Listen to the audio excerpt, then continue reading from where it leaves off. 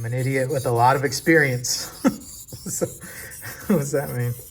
What's going on today, guys? Let's sharpen a knife. Do not read too much into this video. This is just me touching up a knife that needs to be sharpened. We will be sharpening this CPM 20CV.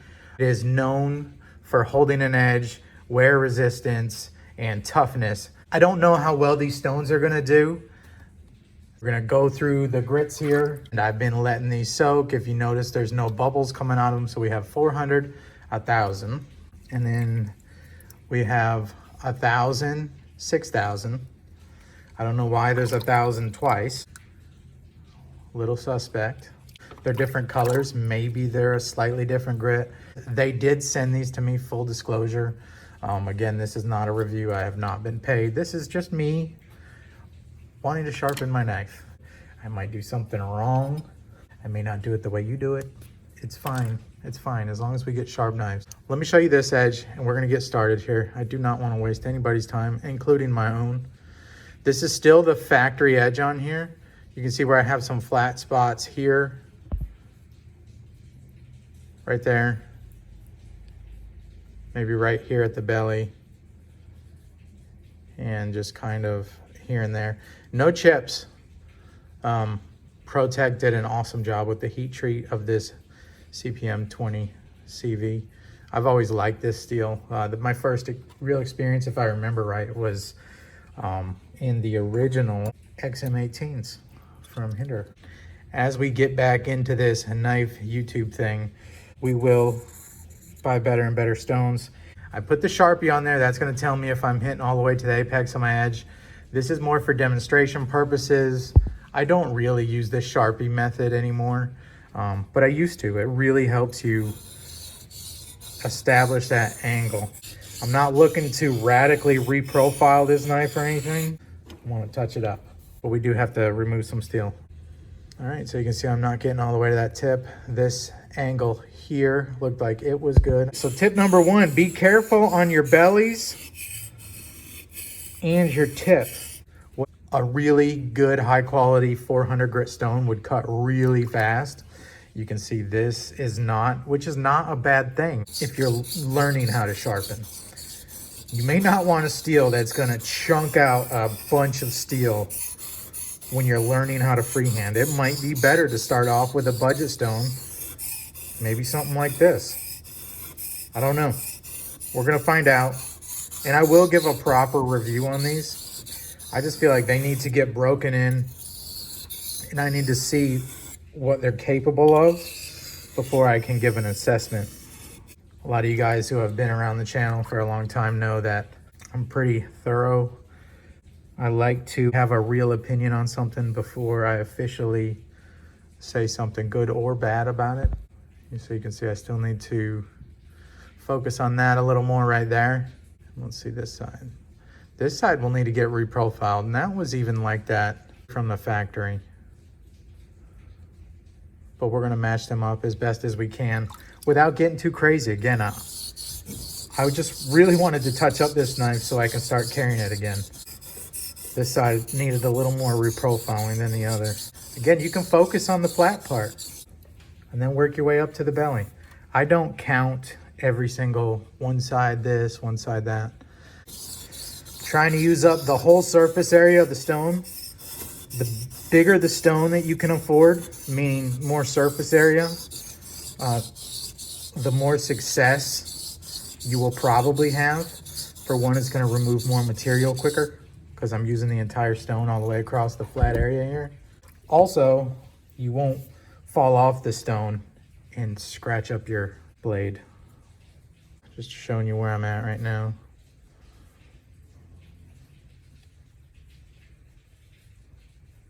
Focusing on that belly, and that's okay. I know I can always take more steel off there, and that's what we're doing now. With this tip, you can see I'm keeping it parallel to the stone. If I'm not going past the parallel point, once you do that, you're more apt to dig your tip in around your tip. If you keep that, if you're to draw a straight line right here, if you don't cross that, you know what I mean? Don't cross that, and your tip will usually stay. I'm not claiming I'm the expert. I've sharpened a lot of knives over the years, but I learned something almost every time you sharpen, every time you watch another sharpening video, watch somebody else sharpen who's done it a long time. You're like, oh, that makes sense. I'll have to try that next time.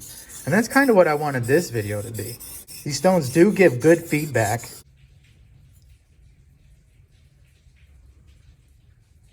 I like that. It's looking fairly even. It looks like the tip could use a little more. I need to feather this belly a little more. We're starting to look a little even. And we're setting the angle on this 400. The other grits should go fairly quick. I haven't even started checking for burrs. I really don't want to pull a burr on a 400 grit stone. It wouldn't be the worst thing in the world, but you're removing too much steel, in my opinion, unless you're trying to get chips and things out. Then you may have to pull a burr. I know I don't start looking for a burr till I start to get into the higher grit. Again, if you can see, if we're gonna work on that heel, you have to angle your knife down a little bit here. So that way the heel is mostly making contact with the stone. And then we will slowly feather it out and then flatten. And that way you can work that angle all the way up. So there's ways to focus on certain portions of your blade. It's important for all the stones, but it's most important on this lower grit stone, especially when you're first sharpening a factory fresh edge, because you're setting your own bevel, you're setting your own angles. And what we set this at from here on, not out, but for a year or two, you could probably just do the micro bevel. We'll get into that later. I can do a whole video on that, but we got to get to grinding some steel here. See that edge right there is not laid back enough. So we're gonna lay it down flat and we're gonna work that. And if you see, I got my finger here, I'm holding it like this. So that way, if it bumps the stone, my finger is bumping the stone, not my handle and messing up my handle of my knife here. I like to keep making sure that I'm feathering it, because if not, you'll get a weird, like, stiff, almost Tonto looking edge somewhere. I don't know if that makes sense, like a square point, and it won't be nice and organic and rounded.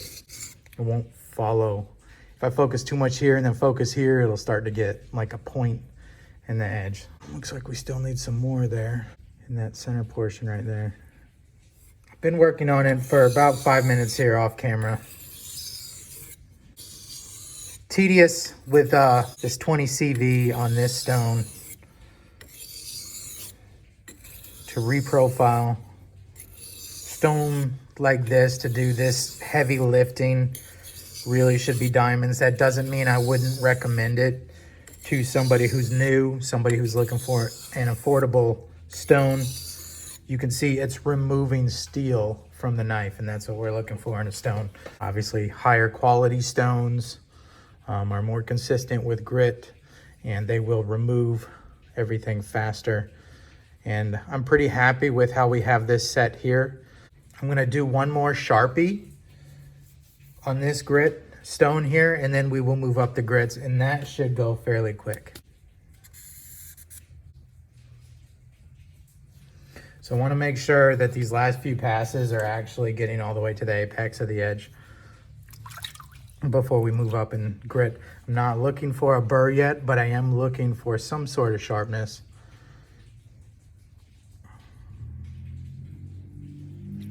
I just don't want to go too far, because then you will start removing the profile of the knife. Last few finishing passes for the stone. I'm not counting my strokes, but I'm somewhat trying to keep it even, because visually I've already inspected it and I already feel like it's fairly even. It's even enough for me. You know, if I was gonna send this edge to a knife show and show off and try to enter the world's sharpest knife. No, but for me to carry in my pocket again, yeah, it's even enough to not drive me nuts or anything.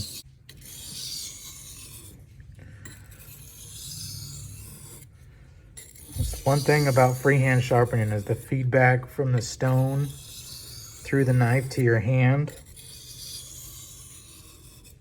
Some people find it very therapeutic. You can just feel it. I don't know how else to describe it. You can feel when it locks into the edge that you've created. Pretty even.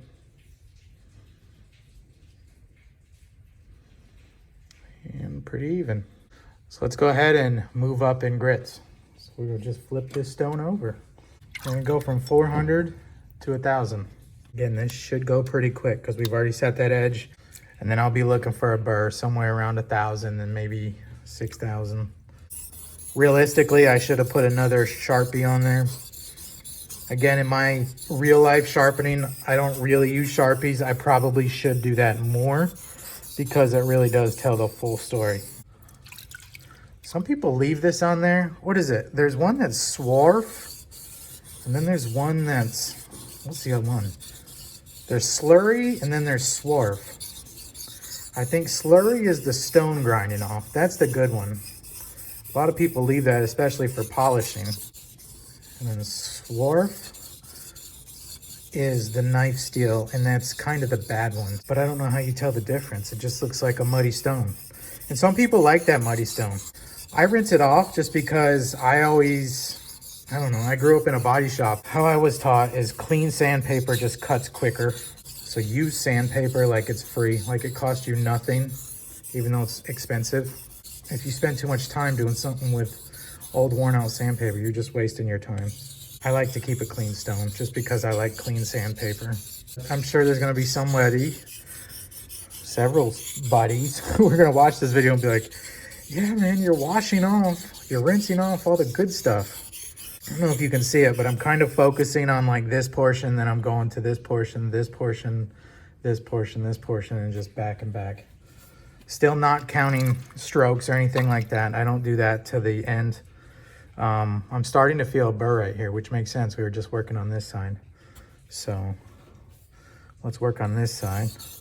You never want to pull too big of a burr. I think a proper resharpening, you do need a burr because it lets you know that you're getting all the way to the apex of the edge, but also you're removing the old junk steel that has been bent back and forth and stropped back straight, and you know, it gives you a nice fresh metal for the edge again. And when you pull a burr, it flicks off or grinds off the old crap. It's like a double-edged sword. The lower grit, something's going on right there in that stone. Is that a crack? The lower grit, the faster it's going to cut, but also now you've got deeper scratches to get out. So I say it's not all bad to have a slow cutting stone to reprofile on a slow cutting stone. Or if you cut on a really harsh, coarse stone, stop way before you think that you're supposed to. Never pull a burr on that harsh, reprofiling stone, because now you're pulling those deep scratches all the way to the very edge, and now you got to get those out as well. You're really putting in a ton of microchips at that point. You're just causing more work for yourself.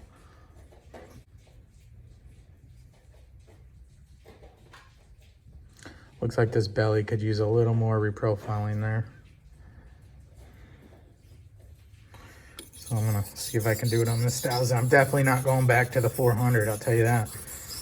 This wasn't supposed to be a crazy job. Let's see if I can knock that belly back just a little bit. Again, that's a good thing for me. That tells me that I was super careful on that belly. I can always remove more steel.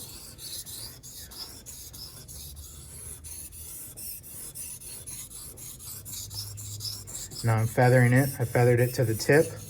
And I'm gonna feather it down to the flat portion. And then I'm gonna do a few nice rolling strokes on that belly. And we'll see where we're at. All right.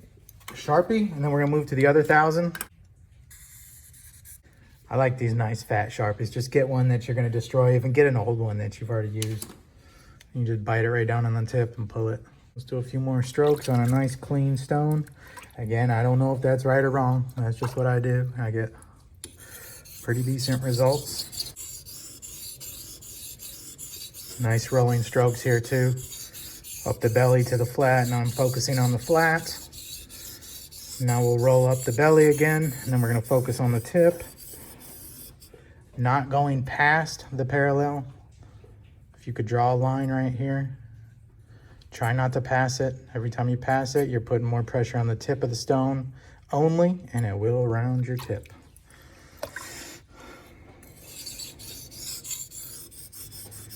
All right, just based on feel, before I even look at the Sharpie, I'm gonna see if I can feel it and get it right before I even look at it. And you'll know what I'm talking about, especially on these higher grit stones. You'll feel it almost lock into place. It's a different feedback from the knife up your hands. You may not feel it your first few times you sharpen, but you'll definitely know what I'm talking about. I'm gonna feel for a burr. No burr yet, which is okay. I don't necessarily have to pull a burr at 1,000. You could, you certainly could, and that would let you know you're getting all the way to the apex. Because what could happen if I wasn't close enough, you could have a very nice, even mirror polished edge, but if you never got to the very apex of the edge, then your knife just won't be sharp. You still have a very dull edge. At the, not a very dull edge, but you'll still have a dull edge at the very, very apex of the edge, where it matters. Because that's the part that's sharp, right? The rest is just geometry. Focused a little heavily on that side, but I'm trying to pull this burr up. I don't want to pull it up too much where you can see it, but I definitely feel it. We'll see if we can get the light to reflect off it.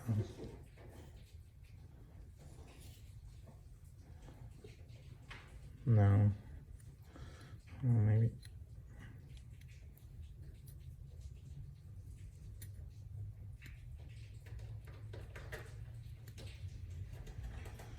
See that little bit of glint right there?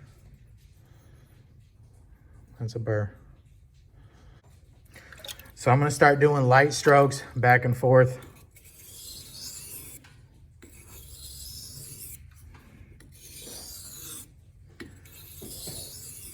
I don't mind a burr. I just am not necessarily chasing a burr.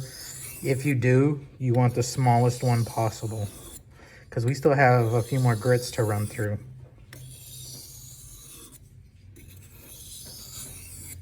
Now these are very light strokes.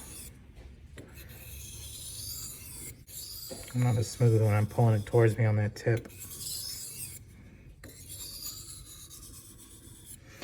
I can tell I'm not in practice like I used to be. All right, Sharpie's all gone. It's time to move up in grit. So we will go from this 1,000 to the next 1,000 for some reason. Who knows? See if it's any different. I really like this sink bridge. Let me know if you like this angle. I could probably figure out another one if another one is better.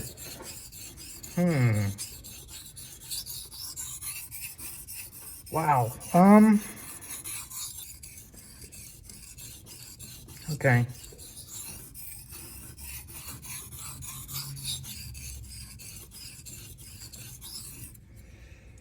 How do I describe this stone? This feels definitely harder than the other stone, but it feels like it has chunks of hard grit in it.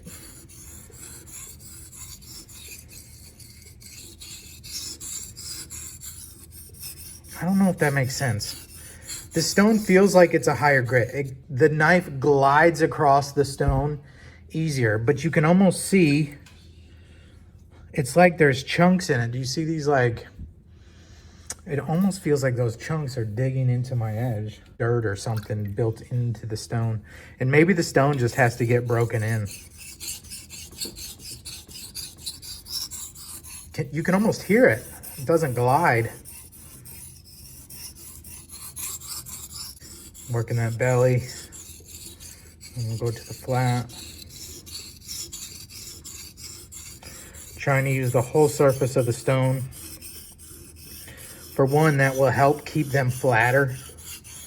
If you just keep using this center portion, and stones do get dished over time. That's why they have like fixing stones where you can rub them on top and flatten them. I don't know how well this would fix a cupped stone, but you're supposed to flatten your stones every so often. Some people say before every sharpening and after every sharpening.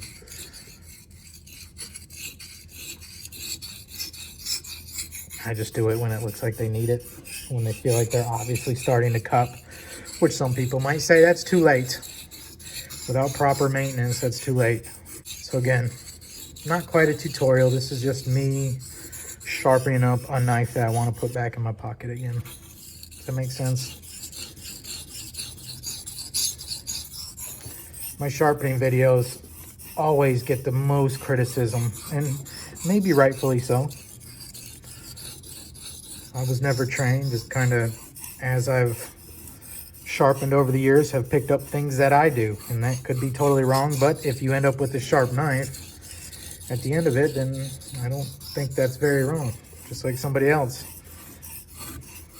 they might be able to sharpen on you know, a drill with a handmade cardboard cutout and with some rouge on the cardboard cutout and their drill bolted to their workstation. Get a sharp knife that way. There's all kinds of crazy stuff. If it's a sharp knife and works for them, it's hard to say they're wrong. I wonder if you broke this stone in, if it would knock that almost like texture. Also, just in my opinion on these whetstones, as you go up in grit, you want to use less and less pressure. Not that you ever want to put too much pressure on. You want the stone to do the cutting, even at the lower grits. But I do put a little more pressure on those lower grits than I do the higher grits. For one, these whetstones, you can start to bite in and you will start shaving off the top of the stone. It's not good for the stone. It's not good for your edge that you've just been creating. It almost feels like there might be a texture on the stone, more so than chunks in the stone. The stone might have not been flattened right from the factory. Right, so I wanted to show you what this stone was doing. Maybe it just needs to get broken in or maybe flattened. But I feel like, without really looking at it, that this stone has a texture from the factory finish. Maybe not on purpose. Or maybe it's the material of this stone.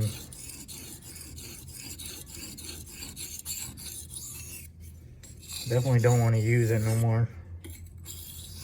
Not on this edge. I feel like it's damaging it more than it's helping. Let's get a look at it.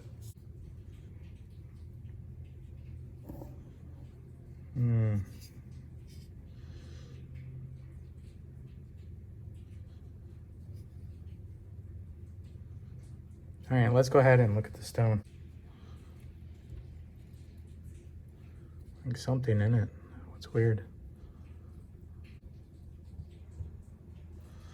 All right, so let's go from this 1,000.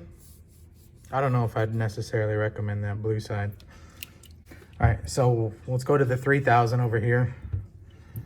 See how that feels.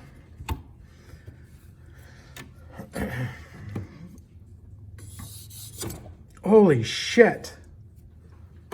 Whoa, that is a soft stone. Oh boy. I hope that was on camera. We just bit. I'm not even gonna get that wet. I wanna show it to you. Right where we bit into that stone. This is a soft boy right here. You can see right where the corner where I went to sharpen it, went.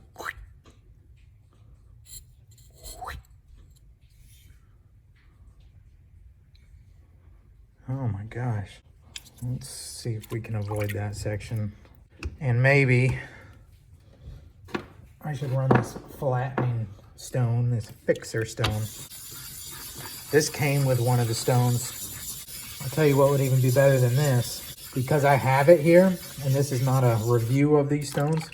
You see it's taking off the stone though. It's removing the surface. Let me do this. Let me take this DMT Dia-Sharp. Of course, really old. See if we can flatten this real quick.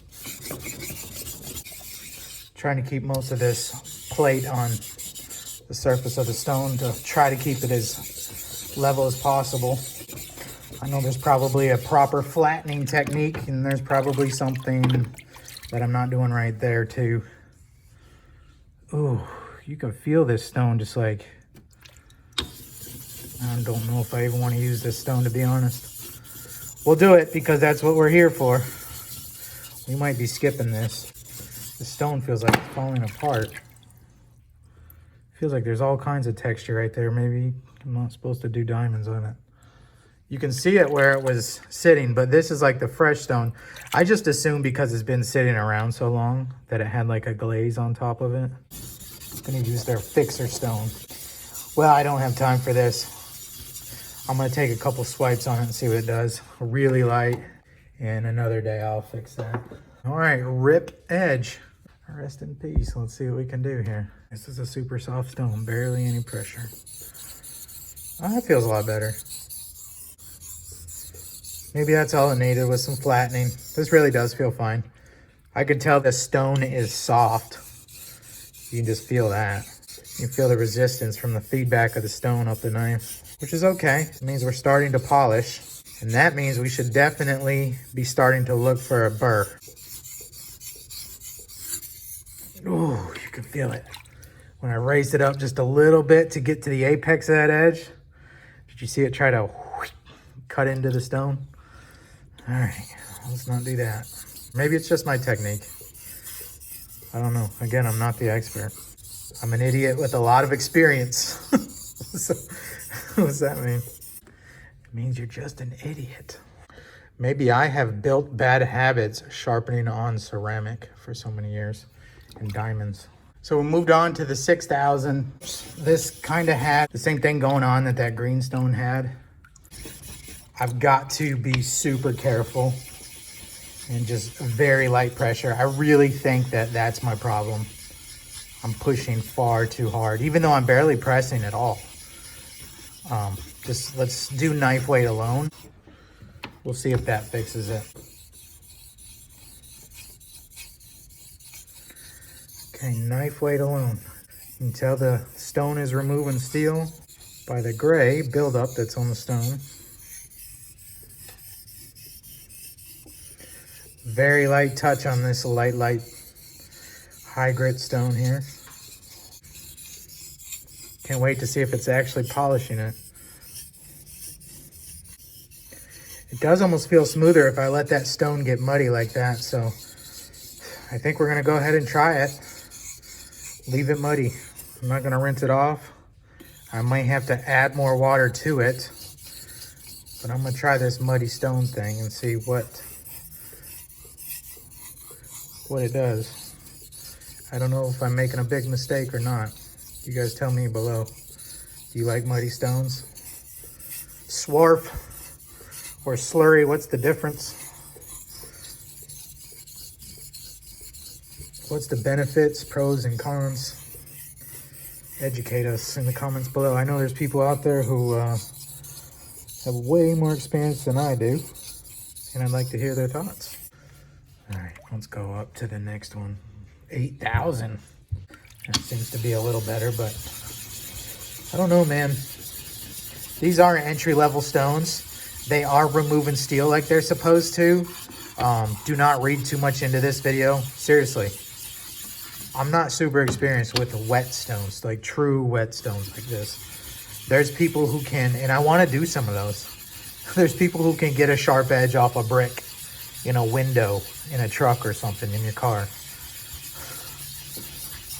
So you can't really blame the stone.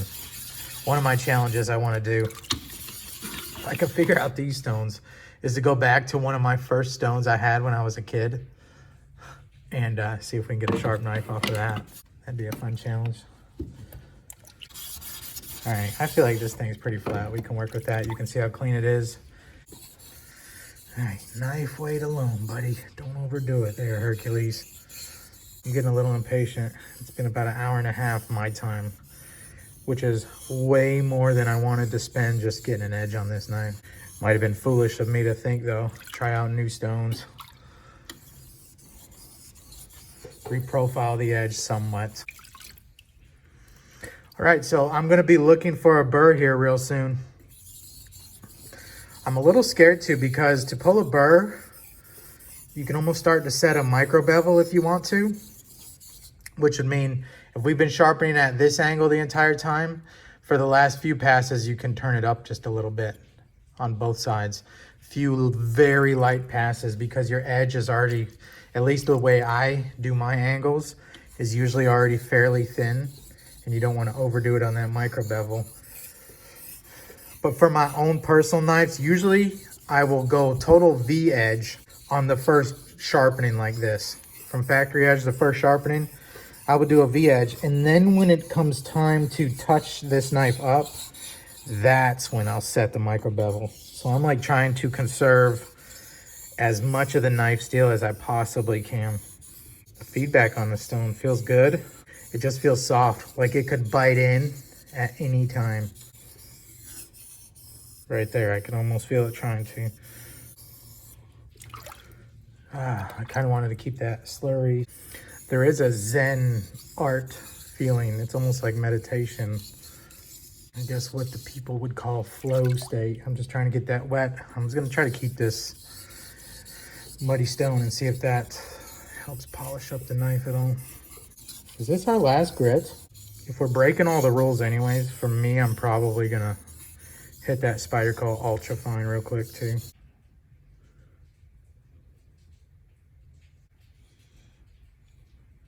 Trying to make sure I get to the very apex of the edge while still being soft, light-handed. I think what we're gonna do is go on to the ceramic stone, my Spyderco ceramic. Let me give it a couple strops on the stone because you can do that.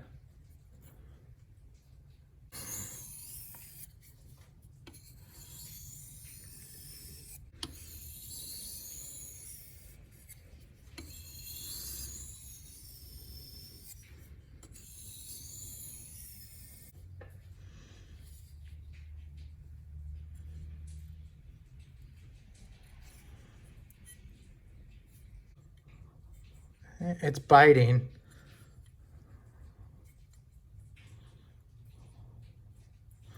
It's biting. I don't know. I'm gonna move on. So that was off the 8000. We have our 306 ultra fine Spyderco stone in here.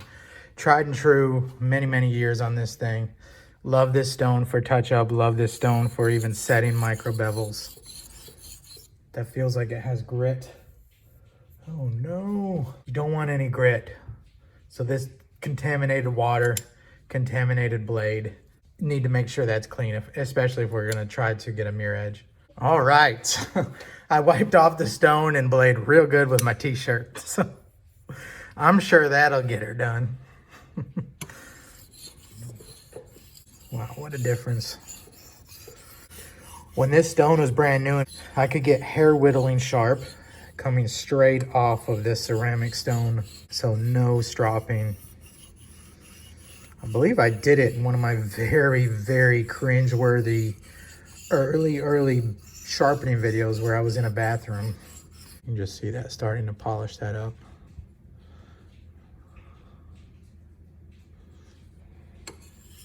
This really is a workhorse of a stone. Look at that.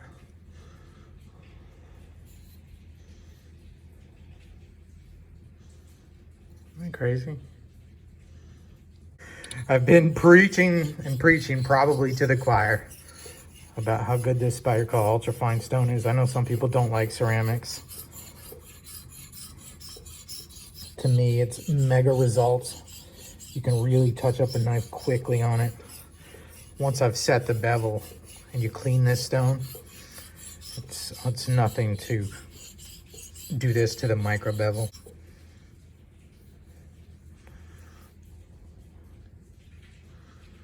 I'm actually gonna flip this around so I can use that other side too. Just loosen the screw up. Why do men do that? Take the easy way. Spend 5 minutes doing it wrong. And that's the easy way. All right, what do we need to work on here? I'm looking at the heel right here. Looks like we could use a little more buffing right there. So again, I'm just using the tools I had available to me right now. I don't know if we're cheating, finishing on this stone or what, but at the end of the day, I'm gonna have a sharp knife that I can put in my pocket. I would have done this anyways, so might as well turn the camera on and bring you guys along for the ride. I'm still not quite sure what I think about those stones. I'd love to hear your guys' feedback and tell me if I was using them wrong. I may have just been applying way too much pressure on them. Or maybe the stones are just not great. Not my official review on them, just using them. These ceramics have a certain feel too. You'll feel when it locks into the edge. And it will also make a different sound. I don't know if it's coming across on video.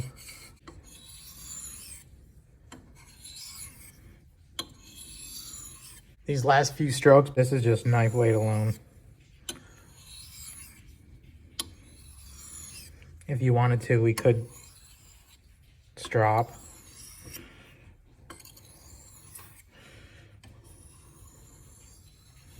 I haven't got that little J swoop, however that goes. There's still more skills that I want to learn. We are getting fairly sharp here.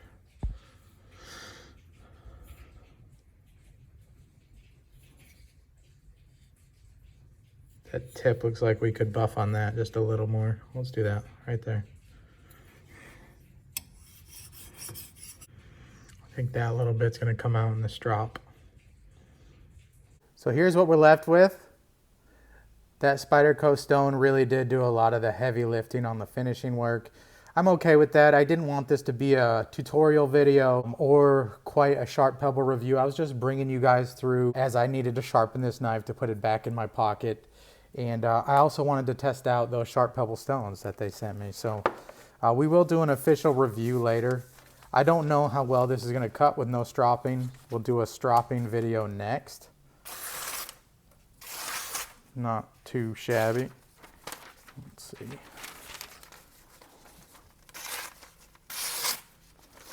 I don't cut paper very often, but I think you can see it's sharp. I don't know, I don't do paper cutting tests. I like to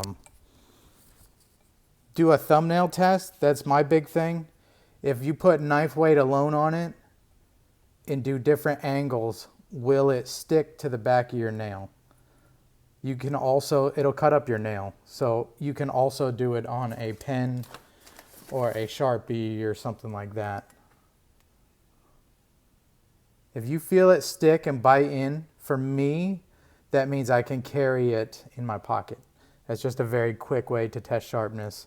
Another way that I guess we could show on camera, even though I don't like to look like a leper or anything, is it shaving sharp?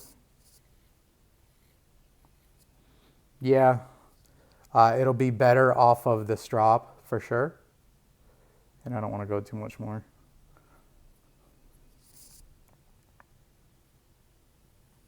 Could we whittle hair with this? I don't think so. I think I'm going to need the strop. What I was saying earlier about that 306 Ultrafine, when it was new, I think it had more of an aggressive finish on it.